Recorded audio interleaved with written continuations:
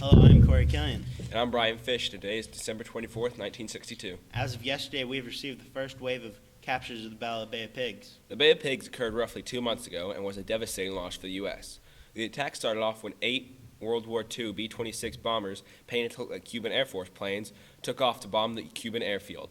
They missed many of their targets, leaving the Cuban Air Force mostly intact and revealing Americans' involvement in the invasion. On April 17, 1961, the invasion force known as Brigade 2506 landed on beaches among the Bay of Pigs and immediately came under heavy fire. Cuban planes strafed the invaders, sank 2 escort ships, and destroyed half the exiles' air support.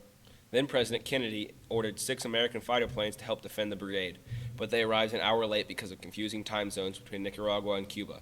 They were shot down by the Cubans, and the invasion was crushed later that day. The invasion was over before it started. Some of the remaining soldiers escaped to sea, while the rest were killed or imprisoned by Castro's force.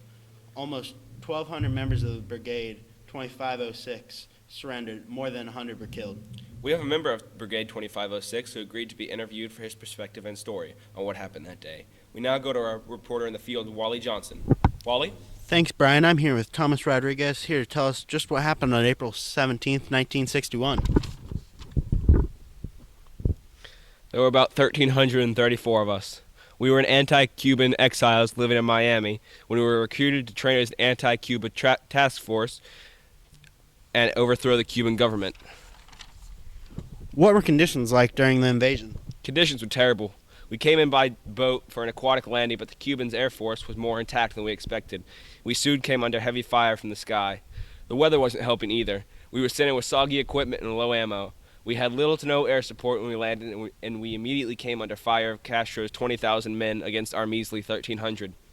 Cuba controlled the fight before we even got there. We surrendered later that day and were held captive for 20 months. I can't even imagine what that must have been like.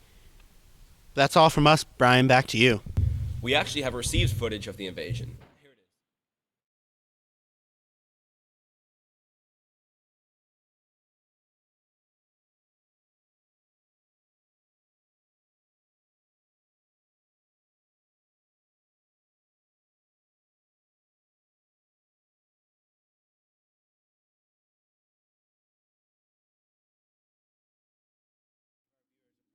Why we attempt to invade Cuba in the first place. That's why we set up an exclusive interview with the president himself to ask him just what that.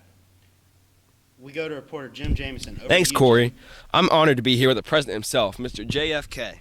So tell me, Mr. President, why did we attempt to invade Cuba? 2 years before the invasion, General F. Batista was overthrown by a Cuban nationalist named Fidel Castro.